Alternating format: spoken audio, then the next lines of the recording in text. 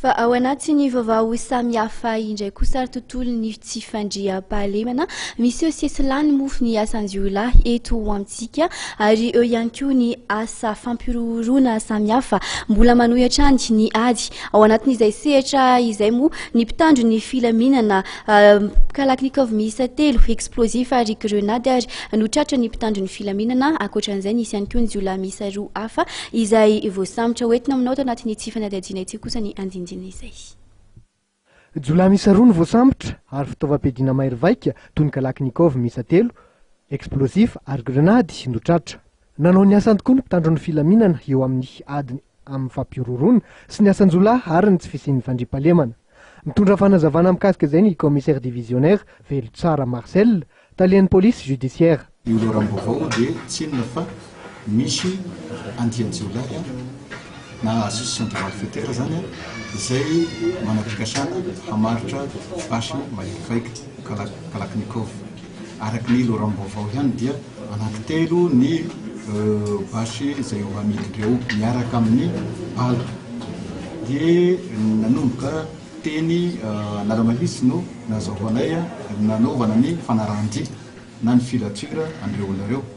Ny olona moa midikoa tonga taty Tanimena ary rehefa avy eo any Manakambahiny ary tonga tany Nosbe ary teo namontana zay vao nisy ny fifanakalozana zany. Zany hoe fifanakalozana amin'ny lafiny arabarotra moa zany efa marotana any io basy io.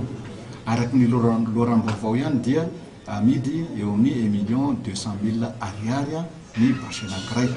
Basy anankiray io zany. Ny zavatra tratra moa zany tamin'io fanarandy io dia olana anankiroa no azo. Ka ny anankiray io zao 7 taona dia ny anankiray 4 taona. Ary mbola misy olona satria nanao sarotra ihany ny fakana andreo olona reo satria nisy ny échange de tir na ny fanapohana basy moa zany sy basy sommation tamin'ny voalohany dia avy eo nefa nisy fanapohana basy ihany koa tamin'ireo olona reo dia lasa nitsoka izy ny sasany fa ny roa kosa azo ary tratra teny aminy ny basy kalaknikov. Tianay marina fa le basy kalaknikov dia efa voafafa ny numéro ny io basy io ka tsy ahafahana le famafana ny numéro moa zany dia tsy ahafahana mamantatra hoe ny origine ny basy. Zay zany ny problème sy misy mipetraka kanefa kosa efa zava-dehibe ny fahazahoana ny basy.